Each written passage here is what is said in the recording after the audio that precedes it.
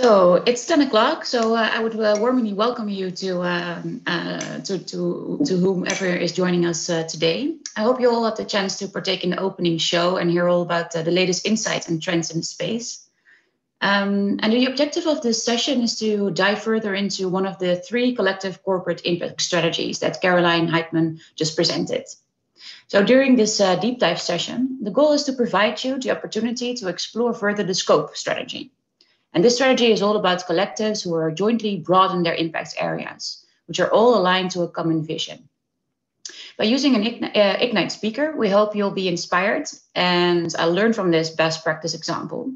And from that, we hope also that you will be engaging in our discussions later with us and of course, with your colleagues who are also present here.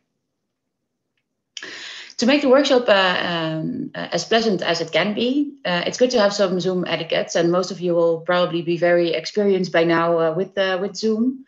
But I would just remind you of putting off your microphone when you're not speaking, and either raise your hand or put your question in the chat if you have any. And if you have any questions on Zoom itself, you can reach out to Caroline Gardner in the chat function. So my name is Lonneke Roose, and I'm moderating this session, also because I was part of the research team.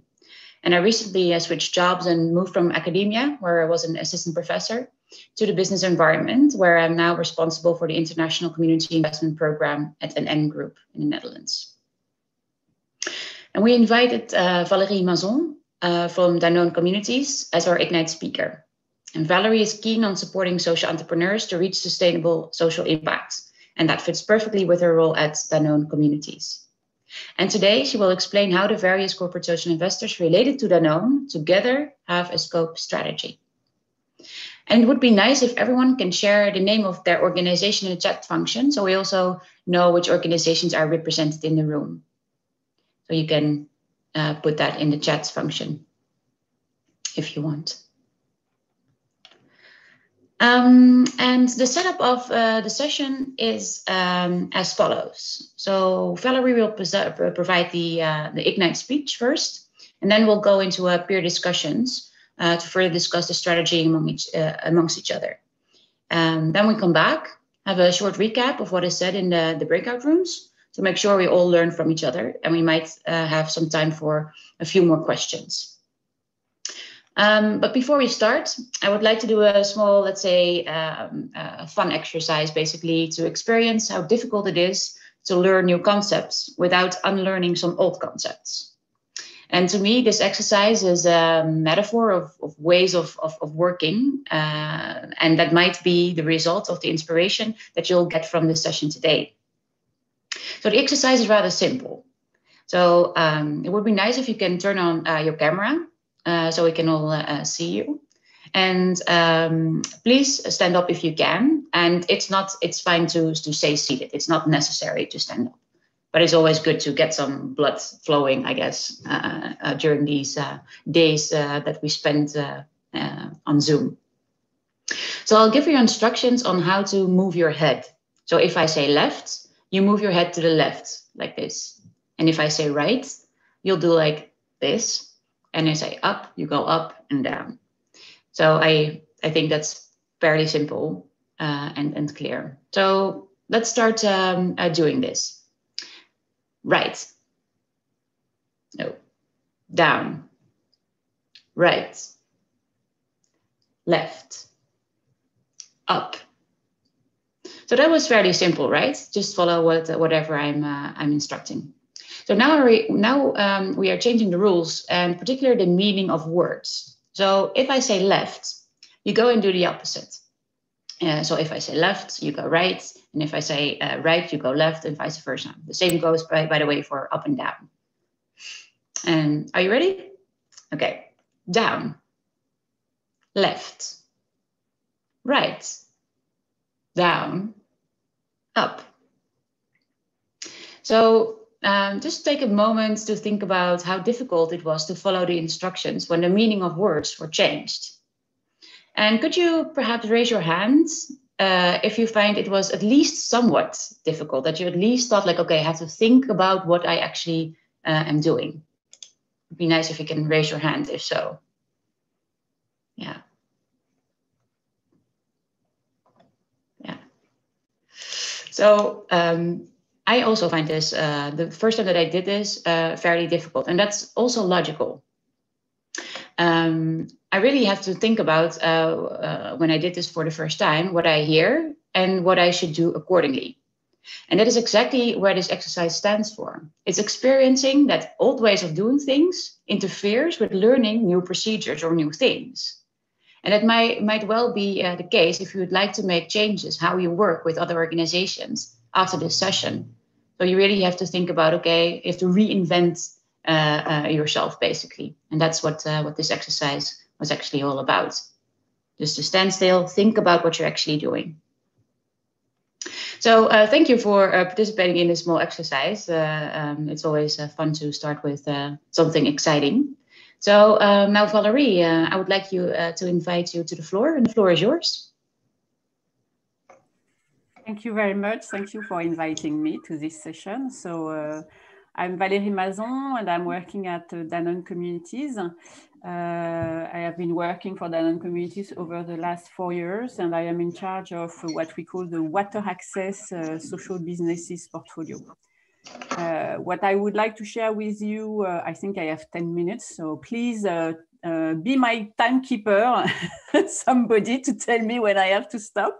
But roughly, I think I have 10 minutes. So what I would like to share with you is the journey of Danone throughout Danone Communities, but how Danone Communities also is at the core of the strategy of Danone in terms of Danone as a business for good.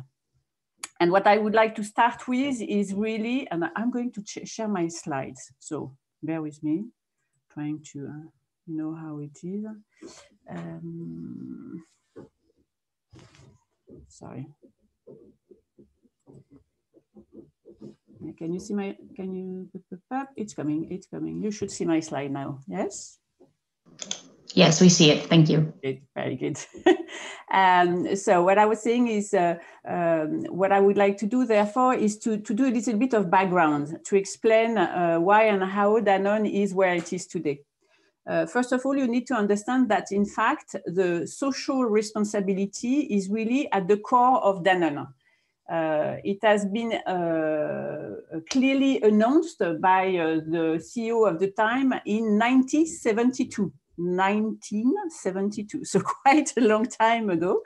The CEO, Antoine Riboud, gave a visionary speech in Marseille when he said that, and I'm reading, we need to set ourselves goals for human and social progress. Firstly, this means working to reduce excessive inequalities in living conditions and work. Secondly, it means doing what we can to fulfill people's aspiration, applying values in society and business that will improve quality of life and discipline growth. So really, a long time ago already, the CEO of Danone was really thinking about business and social progress. So really, this idea of doing business for good is really something which is really anchored into Danone DNA. So that was 1972. In 2005, Danone established clearly its purpose. So the purpose of Danone is to bring health through food to as many people as possible. So today, when we talk about raison d'être and purpose of enterprise, Danone did it in 2005. So 15 years ago, Danone has already done his exercise about the purpose. The same year, Danone, following a meeting between the CEO and Mohamed Yunus, decided to create Danone Communities. And I'll come back to this story, but just to give you a little bit of the roadmap. So 1972, the dual project, 2005, the purpose, and Danone Communities. 2008, you know, it's a big economic crisis, and Danone decided to create the Danone Ecosystem Fund, which is a fund. In fact, the idea was to ensure that the ecosystem of Danone was strong enough to resist to the crisis. So it created a fund of 100 million euros to co-build projects with its ecosystem. So ecosystem meaning farmers, meaning water source protection, all the people working in the environment of Danone. So that was 2008. Then 15, sorry, it was the beginning of B Corp. So Danone decided to join the B Corp movement and started to register some of their businesses in B Corp. And you know that today Danone are more than 45% of the turnover of Danone is from B Corp company. So it's 28 CBU, 28 enterprises of Danone that are certified B Corp. And this year, it's the entreprise à mission. So that was voted at the board in June. So Danone now has in its status the purpose, bring health through food to as many as possible in the status of the company. So entreprise à mission. So you see that between 1972 and today, it's this journey of Danone to reach this point of entreprise à mission. So it didn't happen overnight. It's a long journey. And I think this is what is also very important to understand in the story of Danone. So now coming to Danone Communities. I'm trying to, why doesn't it work? Something strange on my computer, sorry. It doesn't want to move my slide, so why? Here it is. Sorry. So Danone Communities. So Danone Communities, it's a fund that was created, so as I was saying, in 2005. And it's a venture capital fund, which is invested in social businesses. So what we call social business, it's businesses that have a mission at its core. So in our case, it's always enterprises that are targeting bottom of the pyramid population and either bringing access to safe drinking water or bringing fortified food. So we are investing in those businesses and we bring competencies. So it's not only investment, but it's also bringing competency.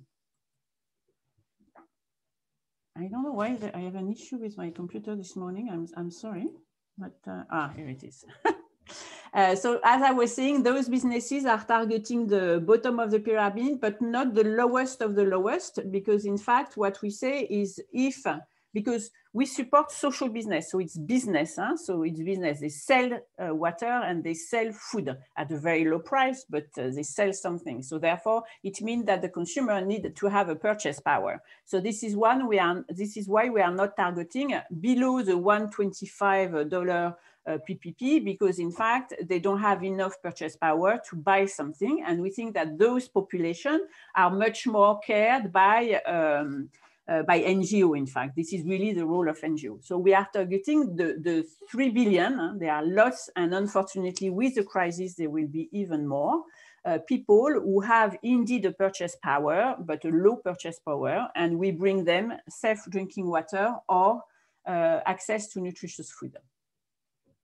We focus on two major issues, water and nutrition. So therefore, we cover 4 big SDG, but if you look at each business, in fact, they cover much more than that, because there is always something about gender equality, there is always something about environment and so on. But really, as a target, it's really the SDG 6, the 2, which are food and water, and the 3, so well-being, and 12, which is working responsible consumption. So that's the 4 main SDG we are targeting. And why are we targeting those? First of all, because there is a huge need. You know that today there is 4 billion people not having access to safe drinking water, 4 billion people. And there is 2 billion kids which have not access to an adequate nutrition. So we focus on those two because there is a need, but also because on those two categories, Danone has expertise because we have business. So therefore, we can bring to those businesses the competency of Danone, which is very important. And this is very often one of the reasons of the social businesses to be part of our community. And in fact, I have spent the 3 last days animating, managing a big gathering of those social businesses.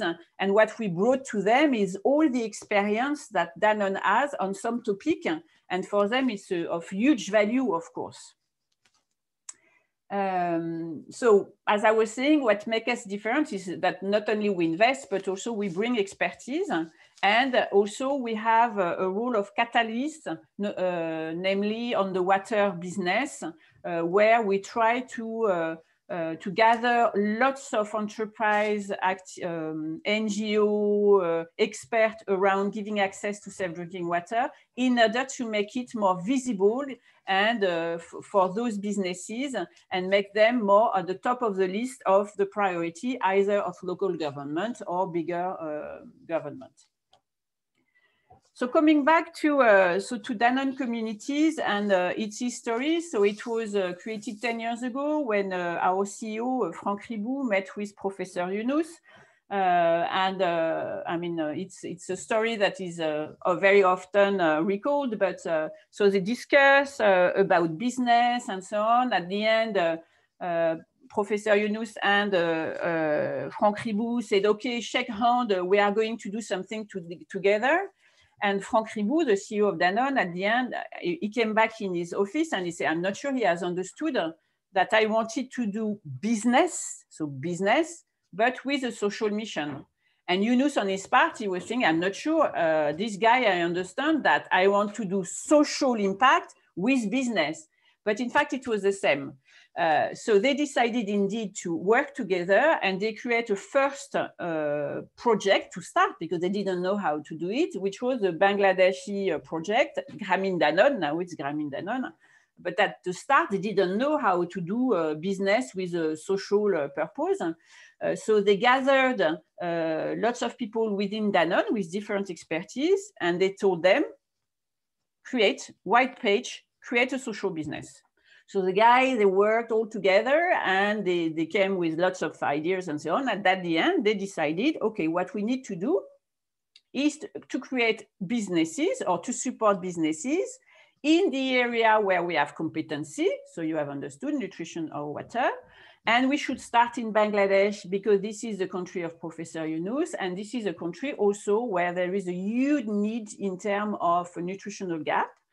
So what we'll do, we will set up a factory, a small factory to produce yogurt. We will set up this factory in Bogra. Bogra is in the north of Bangladesh where there are all the farmers.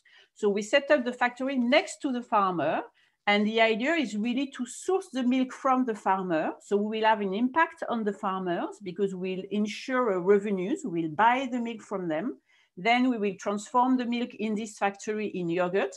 But this yogurt will be fortified, and so it will bring vitamin and minerals to the kids.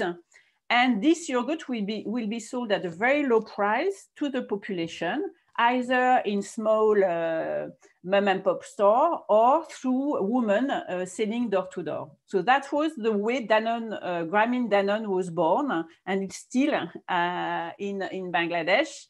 The way it operates. So it's a small factory supplying, buying the milk from the farmers, bringing to the farmers lots of things such as training about how to take care of the cattle in order to have more milk, better quality milk and so on. It's very small farmers we are dealing with. They have 2 to 3 cows. It's not at all big farmers, but it makes a huge difference in their life. And on the other side, we sell this yogurt, Shakti Plus, at 10 taka. This yogurt is bringing lots of iron, vitamin D, zinc, which are the minerals and vitamins that the kids need the most when they want to grow. So that was the start. And from there, they say, okay, we can do it. So we are going to create this fund, so Danone Communities Fund.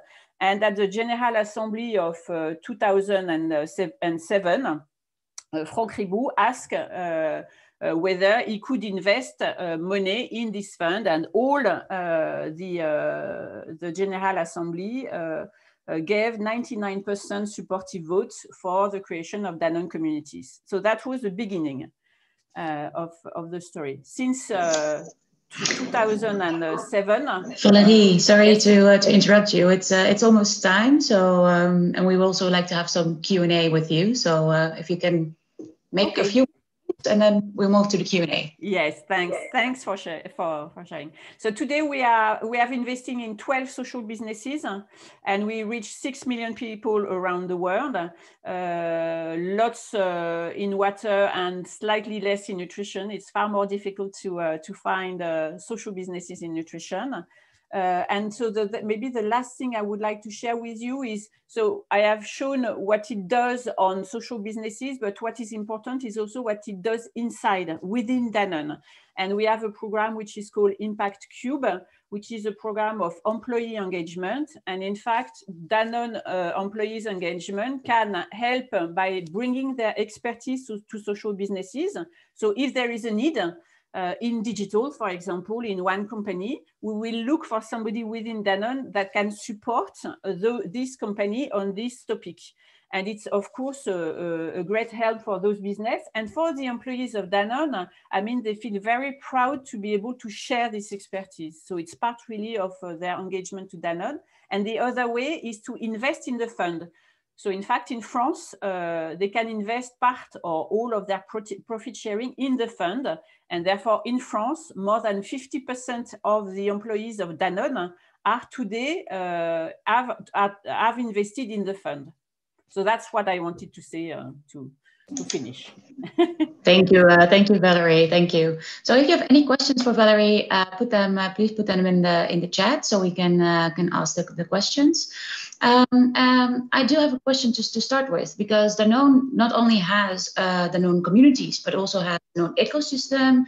And can you explain a little bit about how that all sort of connects to the bigger picture of Danone?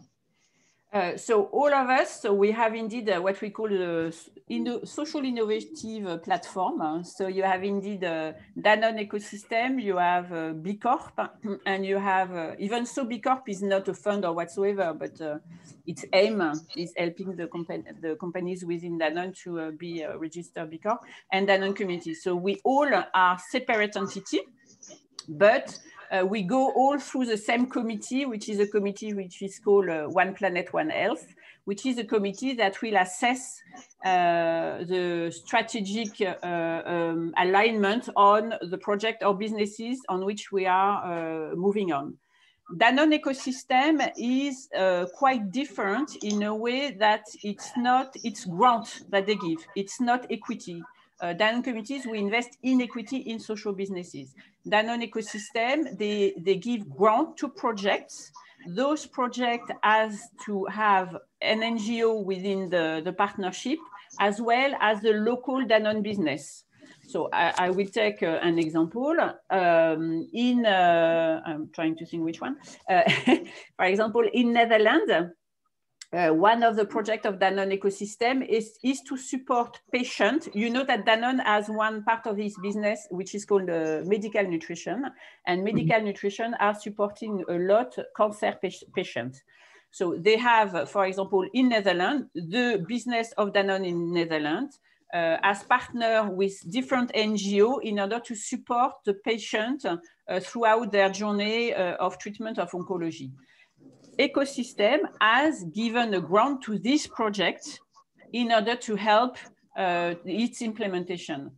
In the case of Danone Communities, we will there will be a social business in, I'll take another example, in Nigeria, giving access to, so the social business is existing, they give access to water in school, they need cash in order to grow. We will invest, so in equity as shareholders in their business. So you see, it's quite different. I hope I have been clear. Yeah. But it's all with the vision of that you feel that business is a force for positive social change, right? And that's the overall vision. And each of these, let's say, independent organizations all work together towards that vision. And you all take your own approach to so that you focused on, right? Yeah, thank you. So there are some questions. let me see. Maria said, like, where can we find the fund? Is it in the French market? Sorry, what did you say? Sorry. Where is the fund? Is it only in the French market? I think you already said that you're also in the Netherlands and in Nigeria, as you said. Yeah, there is difference between the fund, I will say the legal status, and where we invest. So the legal status, they are all in France. However, we invest throughout the world and nearly, I think, everywhere. Ecosystem, it has to be in the same country as the business of Danone. So it will not be in another country than where Danone is. Danone Communities, we can be everywhere. So we are, for example, in Rwanda and Uganda. Danone has no office over there. Yeah, thank you. And Max, you also had a question. Which were your most important partners for the development that you described in your presentation? Like, who are the most important partners? So we have, it depends very much. So we have different partners. So some of them are investors like us. So IEP, which is an investment fund focusing on Africa and small and medium enterprise, for example, is a good partner of us. But for example, in water, we are working with Hilton Foundation, with Stone Foundation. So lots of foundation also supporting this topic of water access / WASH. We are also working a lot with academic. So we are working with HEC, l'ESSEC, MIT, because we think it's very important to be able to share this knowledge and open this idea of doing business differently with students. And I think today it seems quite obvious, but when we have started, it was not. Mm-hmm. So who else? We are working also with some development bank, especially in South Africa. And we are working with some also academics in terms of research when we want to do some evaluation of our program. Yeah. It's quite broad. Yeah, thank you.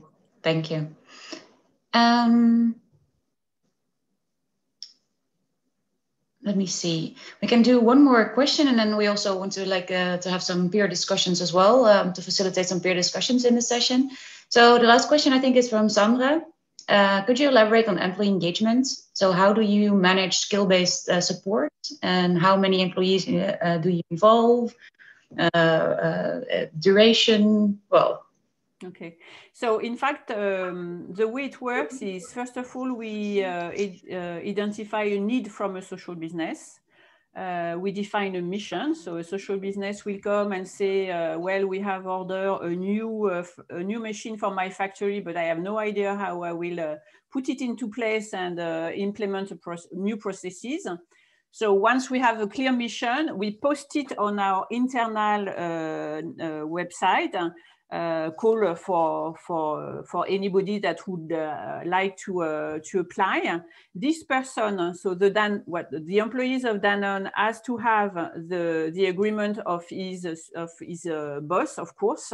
And in fact, it's one option in part of their training option during the year. Danone Communities Impact Cube is within it, for example.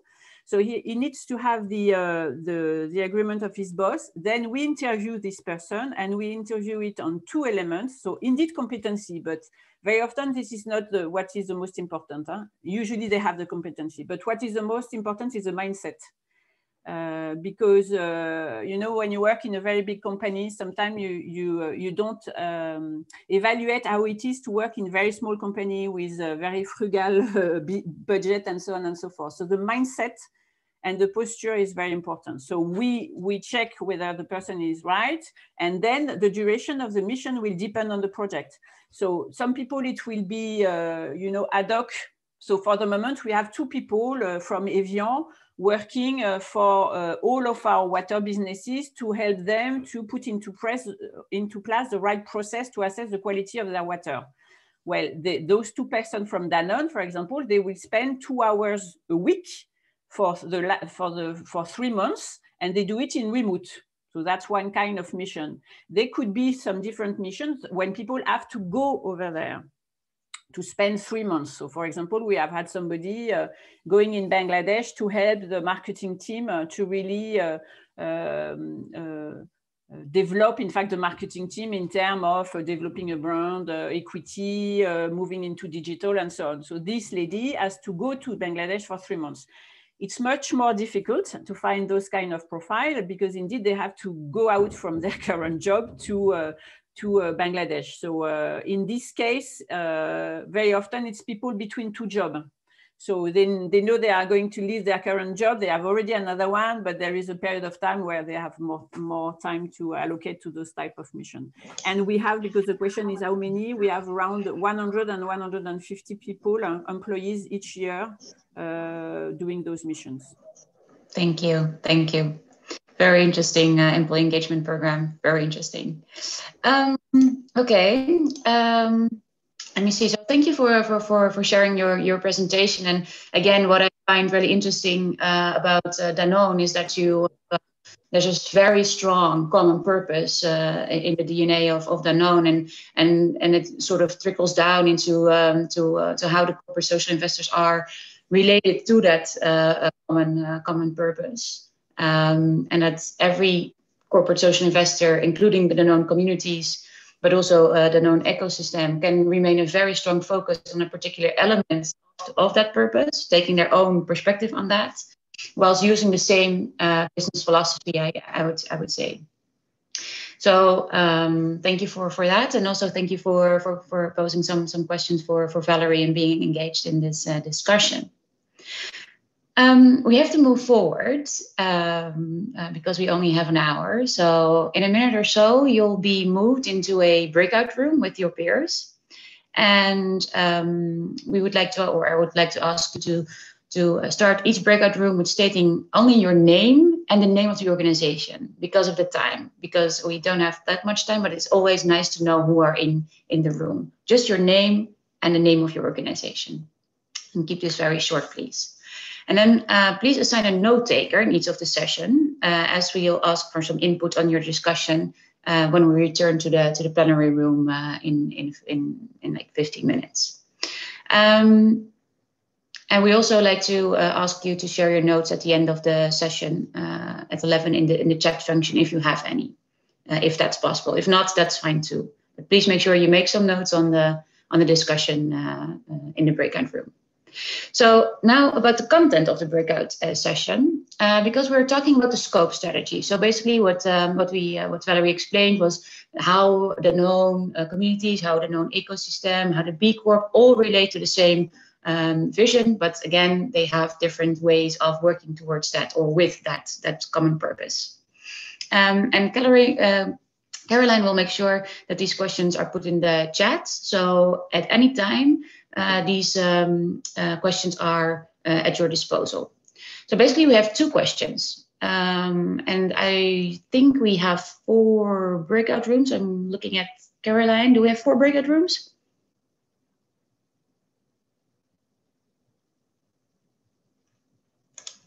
We had 3. 3 breakout rooms. Okay, so I would say that in breakout room 1 and 2, so remember where you are. Are you in breakout room 1 or 2? We'll discuss what are the impact benefits and the business relevance of having this scope strategy so that every corporate social investor works independently, but all with the same purpose. What are the impact benefits and what is the business relevance of that? And the question really it also helps with if you want to pursue such a strategy, basically, what kind of conversations can you have with people from the company or with other corporate social investors? So what are the impact benefits and the business relevance? And in the third breakout room, I can also imagine that there are certain potential obstacles when you pursue this collective impact strategy of scope. And how can you overcome them? So what are the sort of the barriers or the difficulties if every corporate social investor related to Danone, for instance, work together on the same purpose, but they all do fairly different things on fairly different topics? So what are these obstacles that you might see and how can you overcome this? Are there any clarifying questions on the 2 questions? So not content-wise, but if you don't understand the question.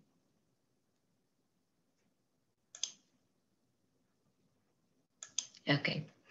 We'll get you back. It's now 10:35, so get you back in 10 minutes. So Caroline, can you please put everyone in a breakout room? So welcome back to the plenary room. I'm very curious what you discussed, of course. I realized that 10 minutes seems quite long, but it's not long at all, I suppose. So can I ask the note taker from breakout room 1 to tell us a bit about what you discussed in your session? You can unmute yourself for that.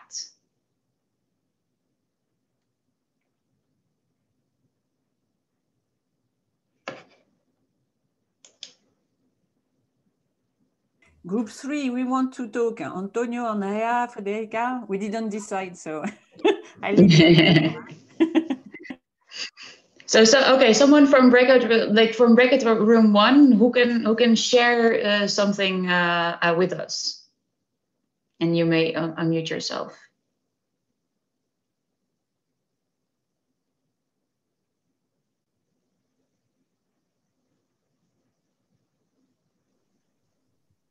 Maybe we lost them and they are locked up in room 1. Are you room 2, Rosa, or? Yes, we were room 2. Start. Maybe you can start.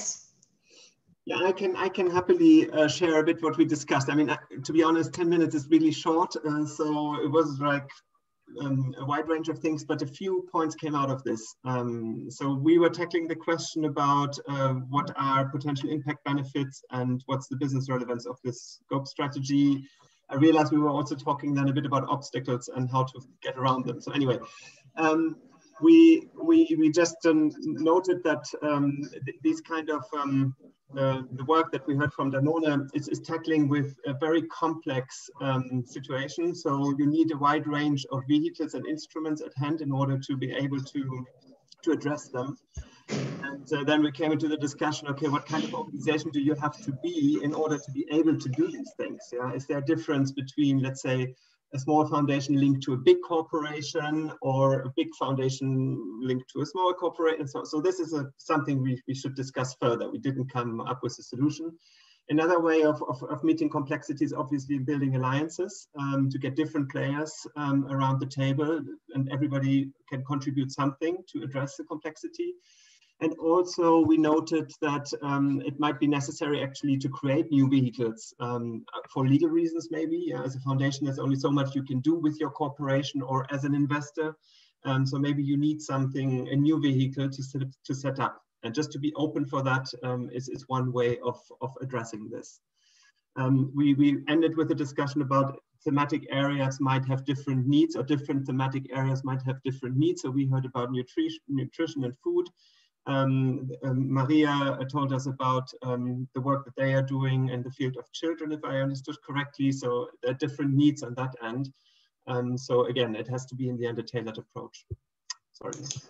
Yeah, thank you, Max. Yeah, very interesting discussion, and all these elements makes it very, very complex, right? So it's not very easy to think like, oh, let's do a scope strategy. No, it's super complex, and a lot of things you have to bear in mind. Yeah. Is there anyone who wants to add a different discussion, or like to add on this? Perhaps from breakout room number 3, or maybe there are people from breakout room number 1. I don't know.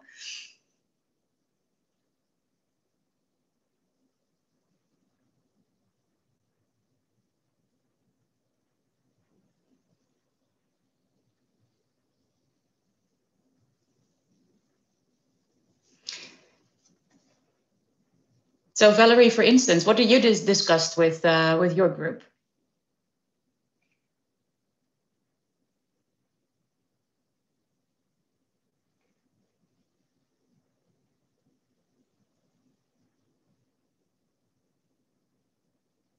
Not sure if still here. No.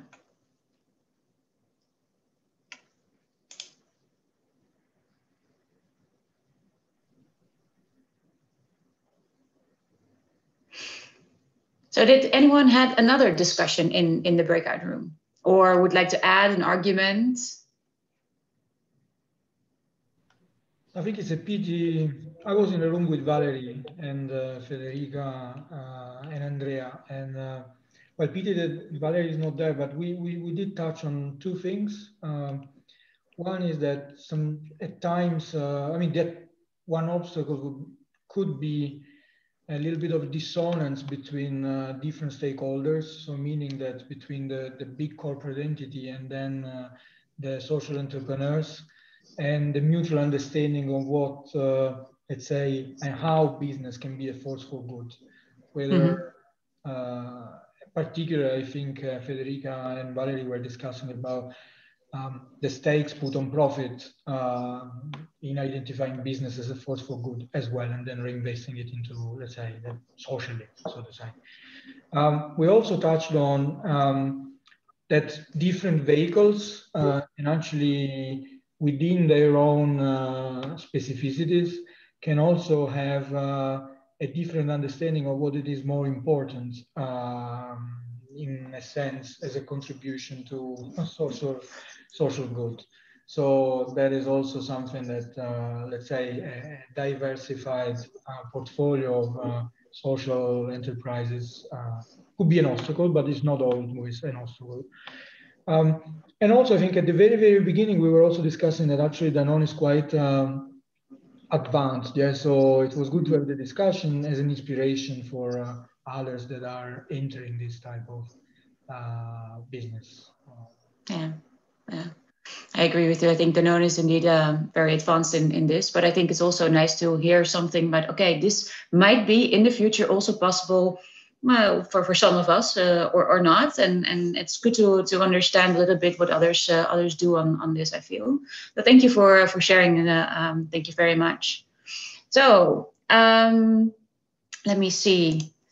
Are there is there anyone else who wants to add something? Because we have time for one more person to share something about what they discussed or something that just popped up in your mind.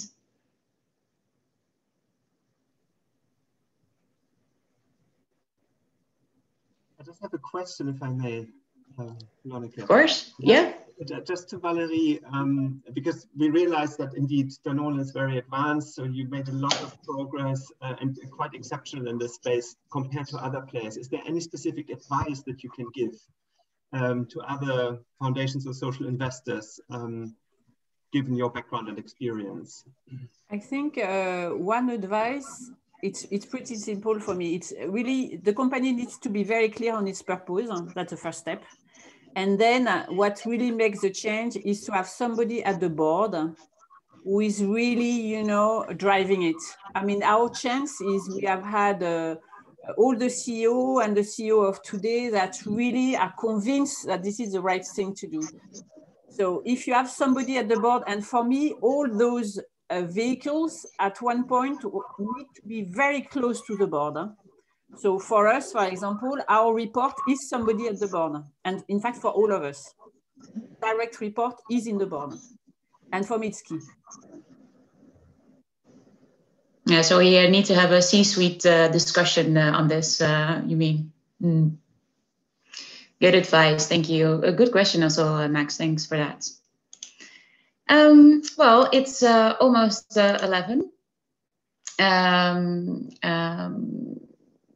Thank you very much for attending and engaging in discussions. I realize that an hour is always super short, but I hope this was an interesting session for you to attend and get inspired on what might be possibilities also for you, or maybe you realize that this is not the strategy that fits your organization, which is also fine. Of course, there are also other strategies that you can pursue.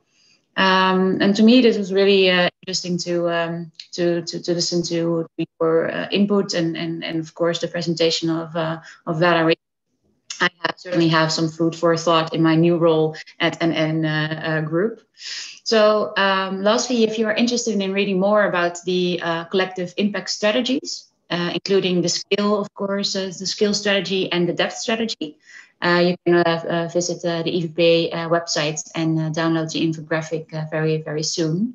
We'll launch it very soon. So if there is no further questions, I wish you a great day and enjoy the rest of the summit.